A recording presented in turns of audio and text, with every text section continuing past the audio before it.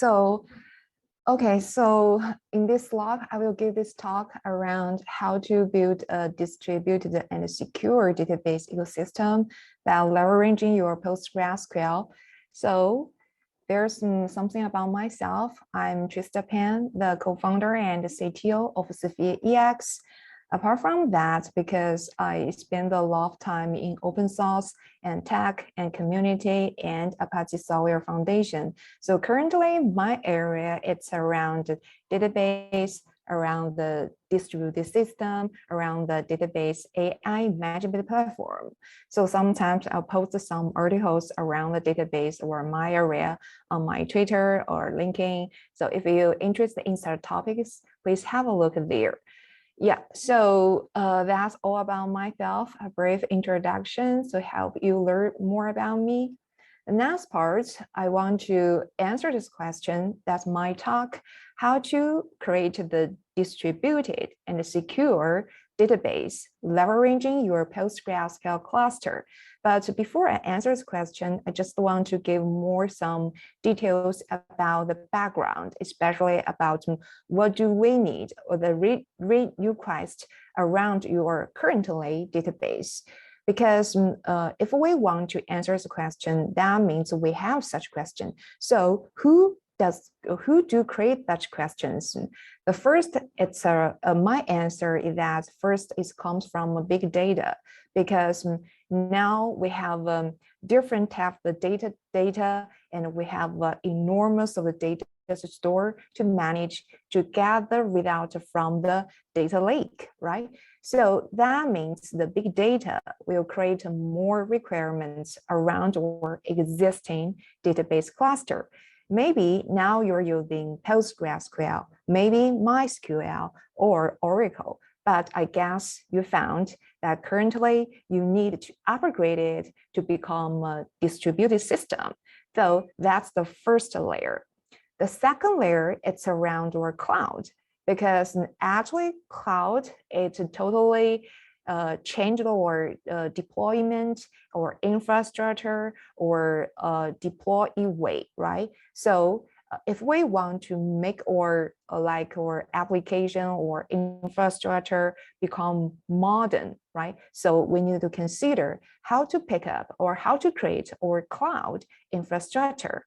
But if we want to make it become the cloud infrastructure or cloud native, we don't want to be locked in one cloud vendor. So you will consider the multi-cloud or cloud neutral, right?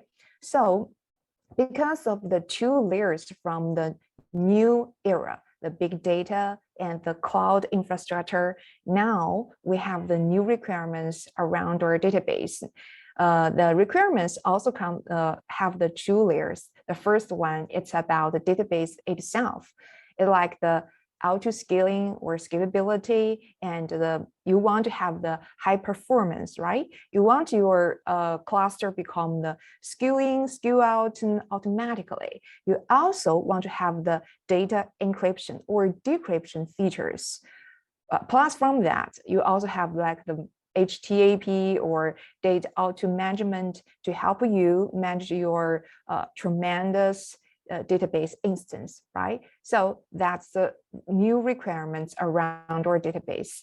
The second part about the cloud, you maybe consider it's the fitting for me to choose the database as a service, and then we can just use the cloud services to support our application, or you will consider how to self-host your servers, your service, or your databases. So that's the background. The next part is about database itself, because if we want to solve this issue, then definitely we need to learn more about the database architecture. First one is about how do you deploy your database into the cloud, on the cloud or on the premise. The second one about the database itself, because when you consider the distributed system, actually you need to consider that database consists of two parts, important parts. The first one, it's about its computing capability. The second one, it's about storage capability. because database have the two important capabilities. So it can help you manage your data, give your readout, give your queries answer, right? So that's about the computing layer and the storage layer. And if we want to upgrade our existing database system to become a distributed system, we need to use this CAP theorem to basically or rudely answer this question. Because at the beginning, now when we consider the MySQL or Oracle or SQL Server or PostgreSQL, actually our database is in this lab. All of the modularity database, they will focus on the availability and consistency because their computing layer and storage layer merged in the one together. I mean, in the same server or same machine, right? So it can get these two factors. The first one, availability. The second one, consistency. But if you know something about the CAP theorem, it tells us that your system only can have two factors or two features at the same time. That means if you have the availability and consistency at the same time, you can make it become distributed. So that means what we talk about the modularity database. But if now we want to become the distributed system, that means from the three factors, we first choose the partition part, I mean, partition feature. The next one we need to solve that some of the databases will focus on availability, but some of the layers of database, they will just want to more care about the consistency. So no matter you choose this one or this one, you first have this one. So because people have different attention to different features, though no matter your database in here or there, you all call yourself a distributed database. We have the Mongo database or like the Aurora, or have the TiDB or Yugabat DB. Actually, they're new database or new SQL databases, but they always have the first feature. They choose this one, like the sharding architecture or distributed system, right? So based on this idea, now we can consider how to upgrade your PostgreSQL database to make it become a sharding architecture. The next part is about our people's concerns, because we have the big data phenomenon, we have a cloud change, and plus in this industry, there are so many different flavors of the database. So for any user, sometimes we feel confused for all of the different flavors database for us to choose. I cannot answer this question at this time, but I can present one of the solutions to help you solve this issue. So my solution, it's about cloud, about database, about distributed. That means by using this solution, you can get such benefits. The first one, leverage your existing databases. The second one, at the low cost, to upgrade your database system to become a distributed database system. A third one, that how do we deal with the cloud part, right? You want to make, because currently modern application, they put their application on Kubernetes or on the cloud. So how about to deal with the cloud and database at this level? The next part about how to become the multi-cloud. That means if one day you want to migrate your data from one cloud to another one, it's possible, right? So my solution, later on, I will give a detailed introduction about it, and will help you to get such features or such benefits. Why want to talk more about this solution? Because you need to consider that all of the change is in this history into the history and changing timelines, right? Maybe the 5 years we at this point, and we used our MySQL or PostgreSQL or Oracle. It works so well and so good. But now, currently, we also have a lot of the MySQL or PostgreSQL clusters in our production environment. But now, at this point, we found that all of them cannot help us, cannot support our application so well. So we need to do some change. So how to choose this solution at this point? Because the big data and the cloud brings the new requirements about our database. First, you can just choose a new database, right? Because in this database industry, there are so many options for you to pick up one fitting solution to solve your currently issue. But that will cost you a lot of time and efforts. Imagine now you have the thousands of the PostgreSQL instance, and one day you need to crash all your PostgreSQL, make it all down, right? And migrate all the data from the existing 1,000 PostgreSQL instance to a new one.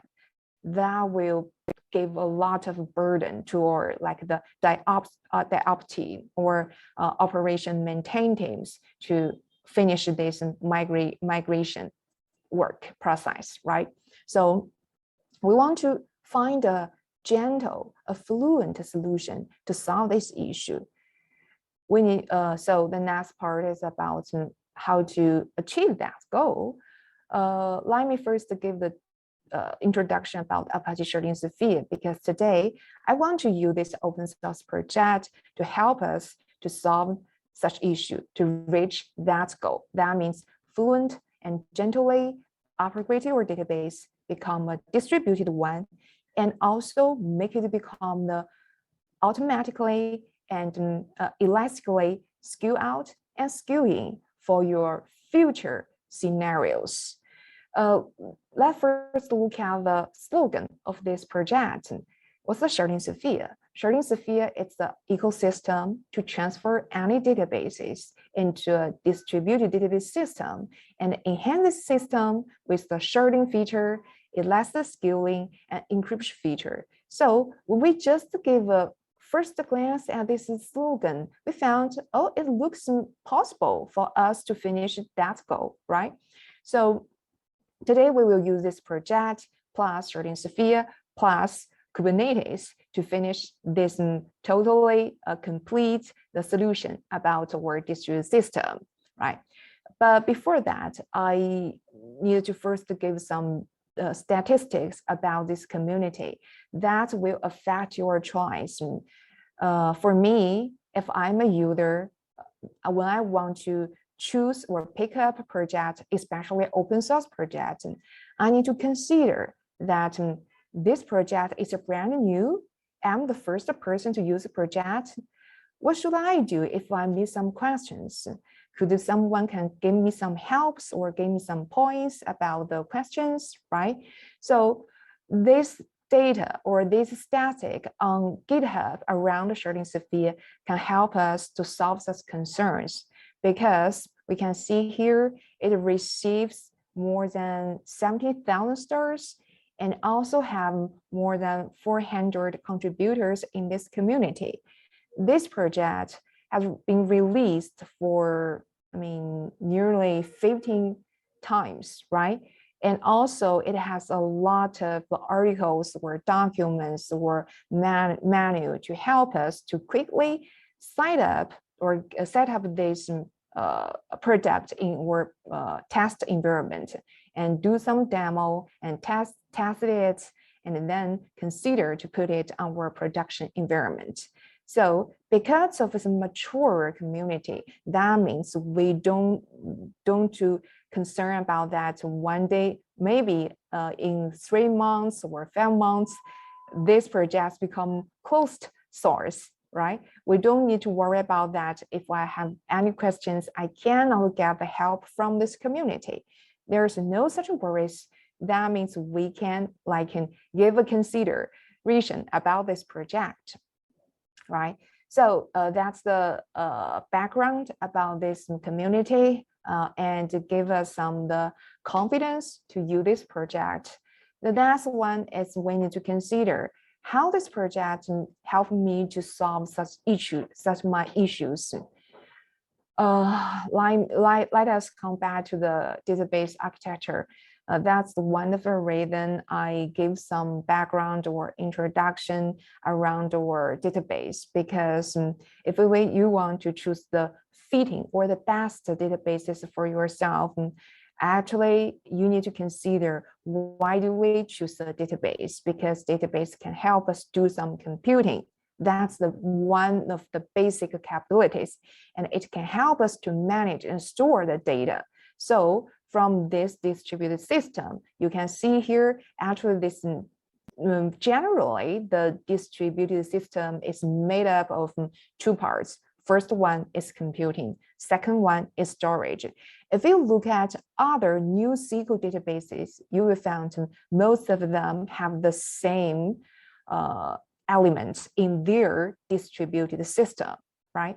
So here, well, if we reconsider this question, how to upgrade our PostgreSQL cluster to make it become a distributed system, that means all of your existing MySQL database or PostgreSQL database will become the storage layer here. So that means it's not just a global database. All of the PostgreSQL instance will become the local storage node.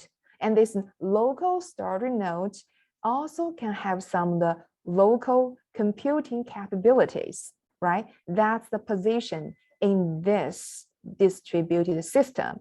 And for ShardingSphere, it will become the computing layer. So it will do some the complicated global communicating work, and also send some the computing work or job to some of the PostgreSQL instance. That means the local storage nodes, right? So that can help us to make this solution become possible.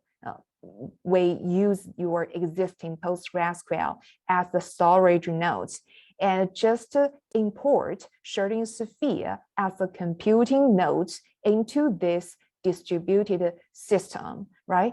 And currently, your application or your user, maybe you use the Navicat or third-party database manager tools to connect to this database, to this distributed database.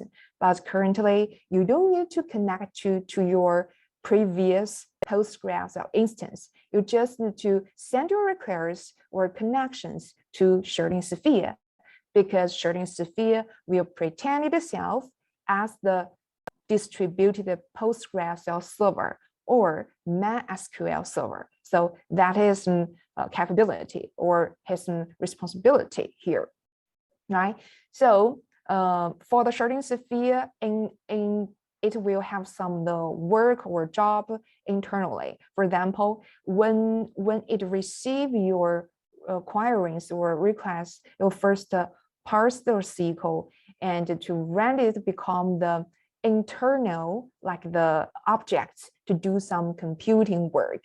And it will optimize your SQL or route the SQL to some of the local storage, that means your PostgreSQL database, to do the local computing, get the local data, and then it will connect all of the local result to merge the result to become the final one and send the final result to your application or to your end user. So that is the work. That's the process.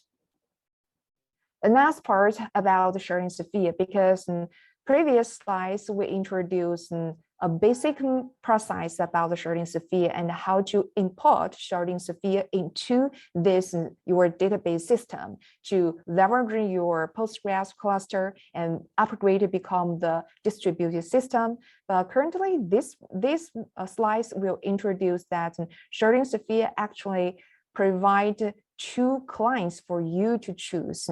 ShardingSphere, that they are ShardingSphere JDBC and ShardingSphere proxy. So no matter you choose ShardingSphere JDBC or ShardingSphere proxy, actually they share the same features here, right? But actually, I have to say, ShardingSphere have some the more capabilities beyond the ShardingSphere JDBC. All of the features all about the database management or resource management. But here, if you just want to use this ShardingSphere JDBC or ShardingSphere proxy to finish the following features, both of them works well. The first feature is sharding data or data sharding. That means it can help you shard your the enormous DB or the table become the small one. It will become the distributed one, and all the small one, the data will be stored and managed in one of the PostgreSQL. That means your distributed system will have many of such small subset or data subset. The next one is an elastic skew out and skew in. That's a good feature because currently you found that you just need to the four PostgreSQL instance or 4 storage nodes can help you accommodate all of your data. But later on, maybe 2 years later, you found that it's not enough. You need more storage or you need more computing nodes. Then this system can help you to automatically skew out. So you don't worry about the future. You don't worry about the future's data, right?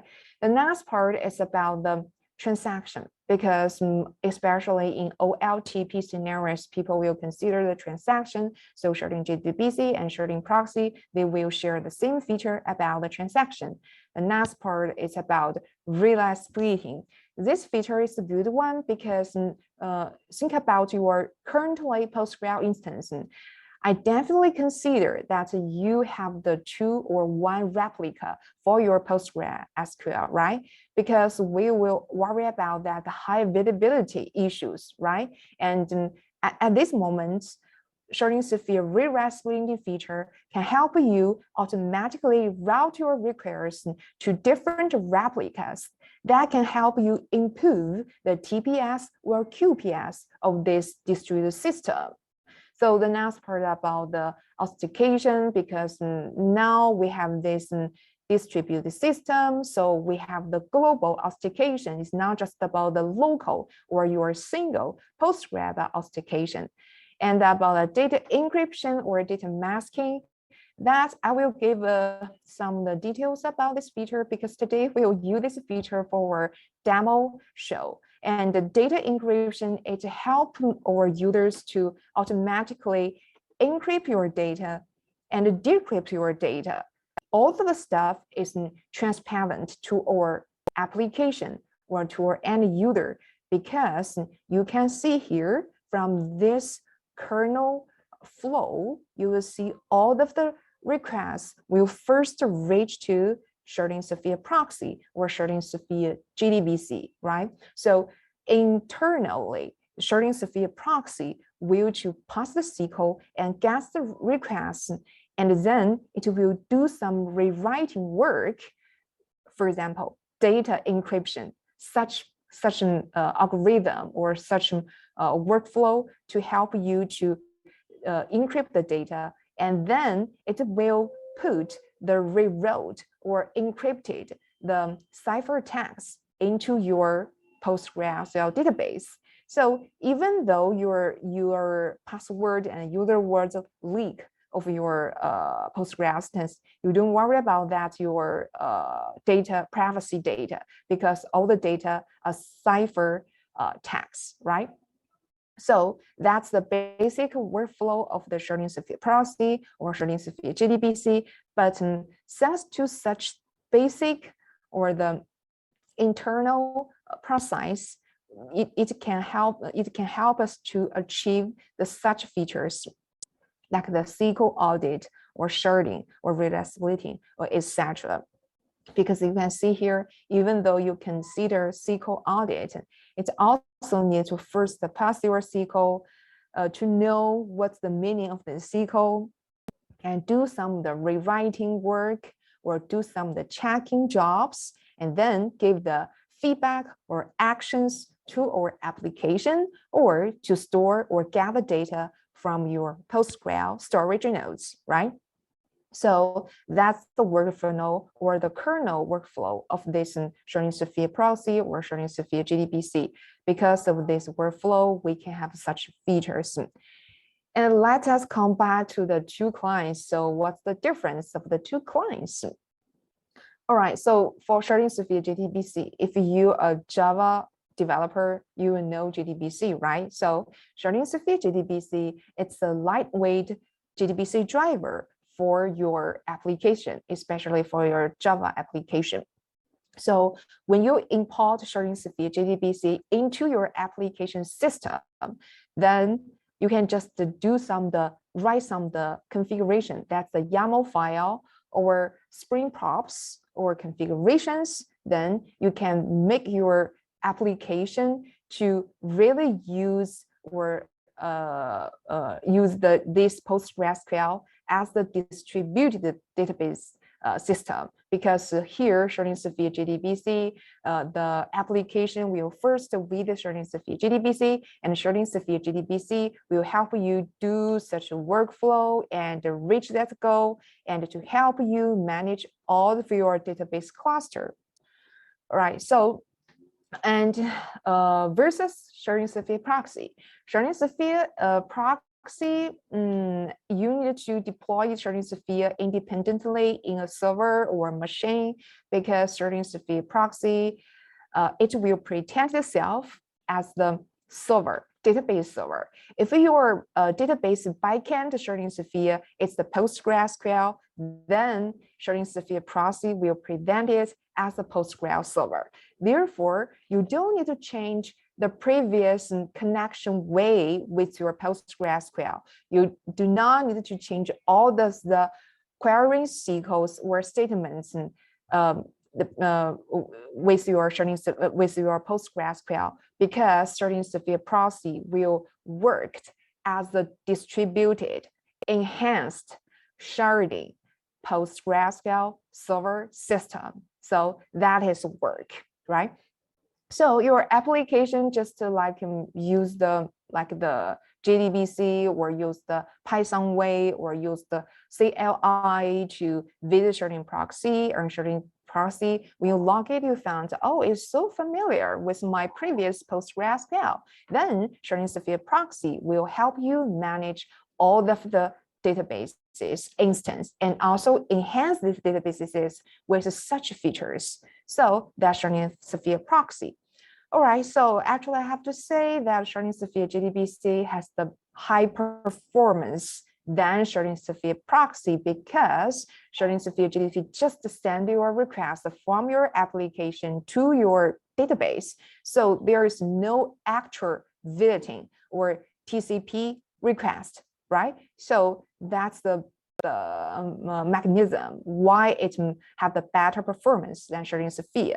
But I have to say that ShardingSphere is working way is similar with all of the new SQL database, because all of the new database, they have the computing nodes and storage nodes. But currently, we just use ShardingSphere proxy, works as the computing nodes.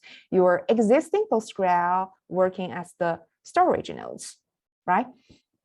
All right, so that can help. What's the benefit of this solution? You don't need to totally change all of your existing infrastructure and just import ShardingSphere into between the application and your databases. That will means you can efficiently and at the low cost to upgrade it, become a sharding system. And another benefit from here, that means ShardingSphere, it has the, you can, when you found that your computing power it's not enough, you have the more TPS from your application, then you don't need to do any changes to your stable database layer. You just need to scale out the computing node And because of ShardingSphere, it's a stateless computing node. So it's very easy for us to skew it or skew out it based on your specific scenarios, based on your computing power needs, right?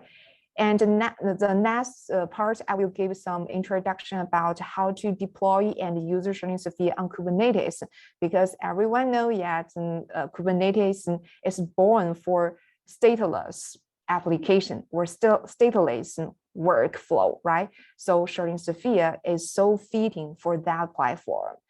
Okay, so that's another benefit. But one day you found that you need more PostgreSQL to help you to store data, then you don't need to do any change around your computing layer, and just to expand or give more, like deploy more PostgreSQL database, and ShardingSphere will automatically help you to skew out your data or reshard your data in different PostgreSQL instance. So that's another benefit from this architecture. It's so flexible for our users to decide to skew out the computing layer or storage layer. It's so easy and simple, right?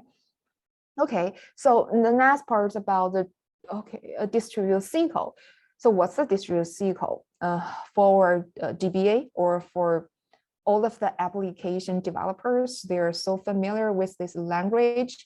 It's so useful, and it's the traditional language for us to connect or talk with our database.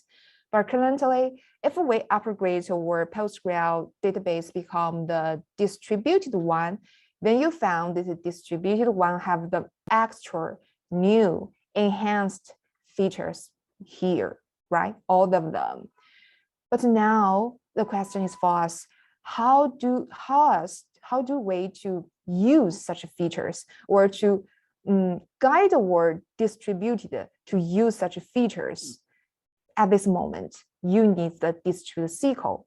Distributed SQL is the ShardingSphere specific SQL, or it's the SQL-like language to help you to use such enhanced features in this distributed system. So your application just to use your the PostgreSQL protocol or MySQL protocol and connect to ShardingSphere, this like a virtual server, right? Then you send the SQL for the queries, right? For your, like for example, insert data or job table or create a new table or alter a table, right? But you can at the same time, you can use the distributed SQL to help you create a sharding table, job sharding table, to cite the traffic strategy about your data replica, and also to cite some encryption strategy for your specific tables, right? So that's the function of the distributed SQL. It's so easy for us to use them, because you can see this example. At the beginning, before, you just use create a table, right? But now you use the distributed SQL, create a sharding table, to help you do the data sharding, right? So it's so useful for us to call these functions or the features use the traditional way, I mean SQL way, right? So that's the distributed SQL. Actually, SQL, it's a language for ShardingSphere. It's have a system containing all of the different types of the distributed SQL, like the definition SQL or the querying SQL or blah blah, a lot of the different flavors here. But if you want to learn more, actually, or documents there, they introduce a lot about them and also give a lot of examples there, so you can use them to do some tests.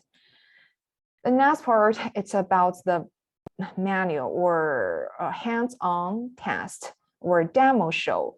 I want to show you the three parts of our demo. The first one, how to quickly deploy this ShardingSphere system. The second one, how to guarantee the high availability of this system. The third one, it's about you logging your distributed database server and then run some SQL and distribute SQL to create this distributed and secure system, right? Okay, I think the time is enough for us to give this part. The first one about deployment. Here, I recommend the Helm way or the Kubernetes to help you deploy it. Actually, you can just download the tar file and deploy it on your premise. But here, I guess most of you, if you want to do some demo test, you may use this way. It's more efficient and easy for us to set up this system and set up this sharding architecture quickly. And you can learn more on this link, ShardingSphere on cloud repo, to get more manual. But today I just gave a very simple manual or the guiding. So in this repo, ShardingSphere on cloud, it provides the main charts. First is the ShardingSphere chart. So our user or administrator, they can just use the Helm comments and to use the ShardingSphere chart to deploy this distributed system in your Kubernetes cluster or platform. Here, I also leverage one of the PostgreSQL charts to help do the demo. If you already have your Postgres cluster, then you can't ignore this part. You can just use ShardingSphere chart to deploy this distributed system on your Kubernetes.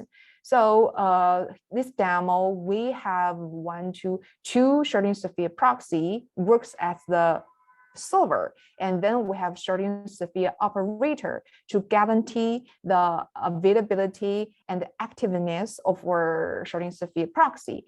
And then we also have the ShardingSphere governance. It's like the shared centralization part help us to store some global metadata there. So you don't need to give too much attention there, right? So after this deployment, you can just enter some comments on your CLI, and then you will have this part. I mean, your application can just, there are two ShardingSphere proxy deployed on Kubernetes and have the two operators, one governance, I mean, centralize the center for the global metadata. Then today I deploy two PostgreSQL instance to works as the two compute storage nodes. But for you can use your existing PostgreSQL instance.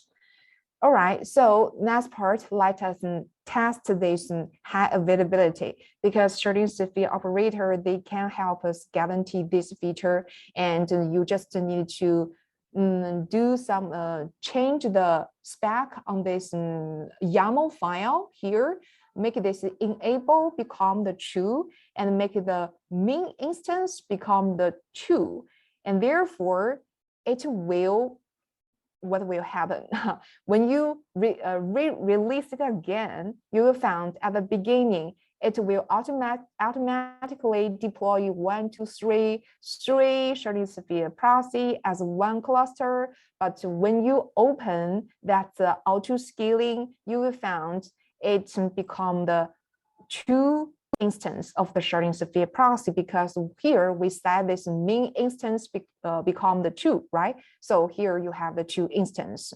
So and also plus about that, today we just manually to change this configuration, but actually ShardingSphere operator have another feature that means if it found that one of the proxy crashed, it will immediately pull up another instance to guarantee the high availability. Also, it found if your CPU matrix atom becomes so high, it will automatically deploy a new one to rebalance your traffic or queries among different proxy instance in this cluster. Yeah, so that's the high availability. All right. Okay, so when we test that part, the next part about how do we leverage the SQL and distribute the SQL to create this logic architecture. Today, I give this demo here. That's your application. That's your distributed system. That's the ShardingSphere. That's your computing. That's your storage nodes. I mean, PostgreSQL instance. So, because of our application, they will just talk to ShardingSphere proxy. So from the application view, they think there is only one table named T user to store the user information. And this user, sorry, I need to close this window. And for this T user table, it only has 3 logic columns. Here, a telephone number to store the telephone number, right? But you know, telephone number is the private data, right? So we cannot put this plain text of the telephone number into our storage nodes.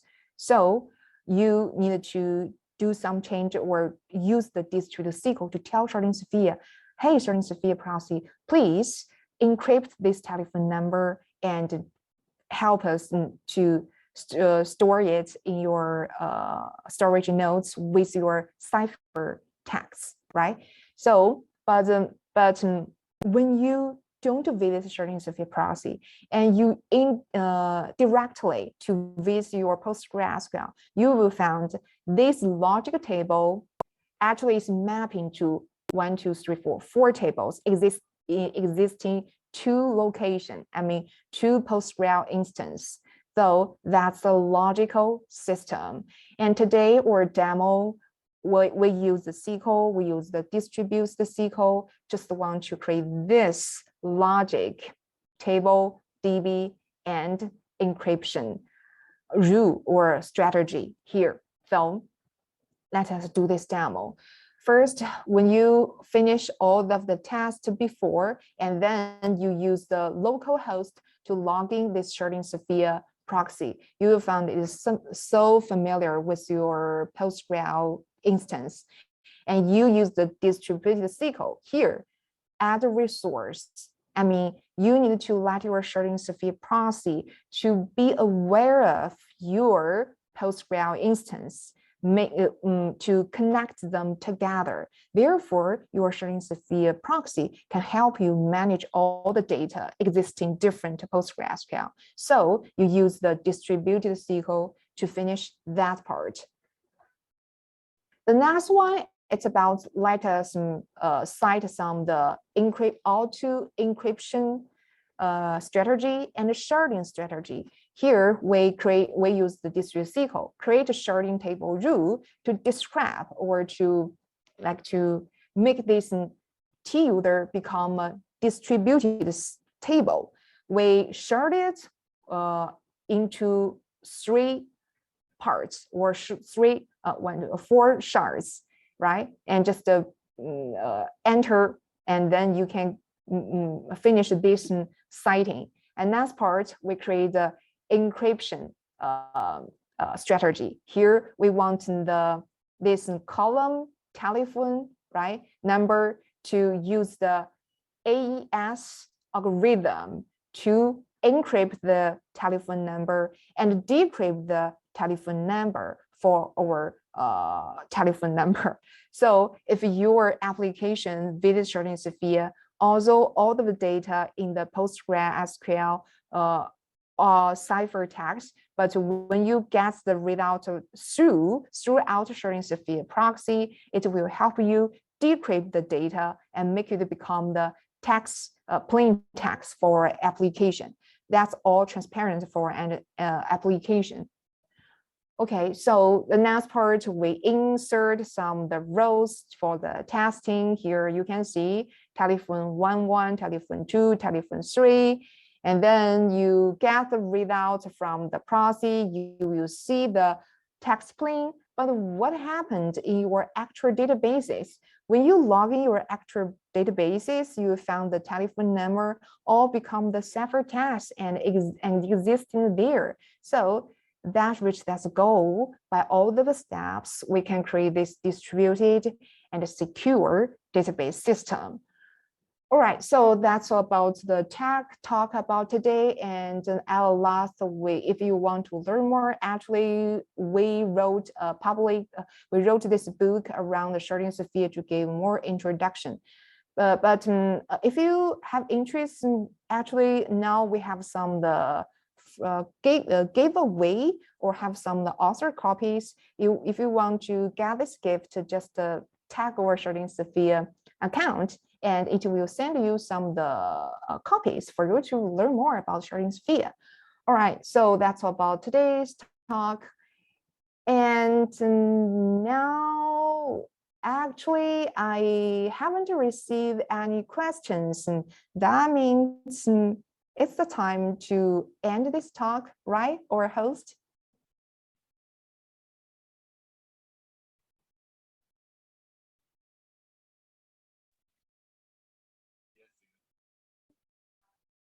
Thank you so much for your amazing insights, Trista. This is the end of the presentation. If any questions are left, please go and contact Trista. And our next session will start at 10 a.m. See you. Thank you so much.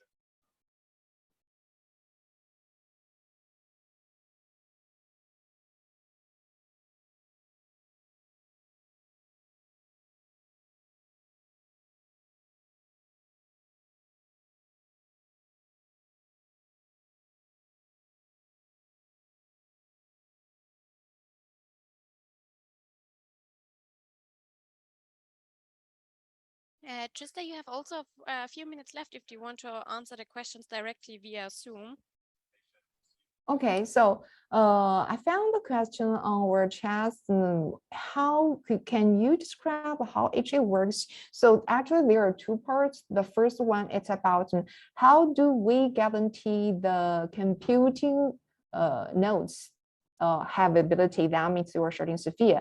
By that part, on the Kubernetes or ShardingSphere operator can guarantee the high availability of our computing nodes, because ShardingSphere proxy, they're stateless and computing nodes. So the operator will watch its activeness, and then if you found some of them crashed, and it will pull up some of the new instance on the Kubernetes. And about the database, actually currently ShardingSphere will leverage the PostgreSQL itself replica feature. That means in your existing database system, I think that most of your case that you have the replica for your PostgreSQL. If some of the replica crash down, ShardingSphere have the visibility, because ShardingSphere has the connection with all of your PostgreSQL instance.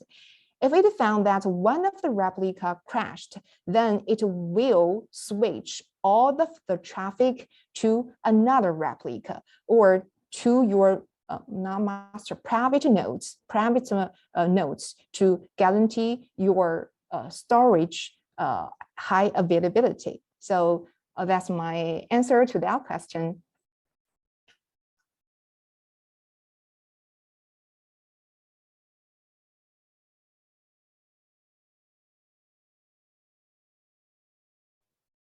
Oh, I found a new question. It's so great, because that question is the mandatory that all the database nodes are the same time. Can you mix the match the Postgres Oracle? Actually, it's our plan. We really, because everyone know that you found the ShardingSphere, it's beyond your DB, right? So, and from our community, we found that some of the users, they want our ShardingSphere become the database gateway. That means we can have different type of database online, and ShardingSphere can just to switch the traffic by some rules to Oracle and to PostgreSQL. This feature is in the development, but now currently we can solve another issue. That means people will consider migrate the data from Oracle to PostgreSQL. Currently it works, it's already published, so people, if you have such issues, you can use it. But later on, we will guarantee that Oracle and PostgreSQL together. So at a temporary time, and you can use ShardingSphere to help you manage your online Oracle and PostgreSQL. After you finish all the migration from the Oracle to PostgreSQL, then you can tell ShardingSphere just send all the traffic to your PostgreSQL. So let us wait for the next release.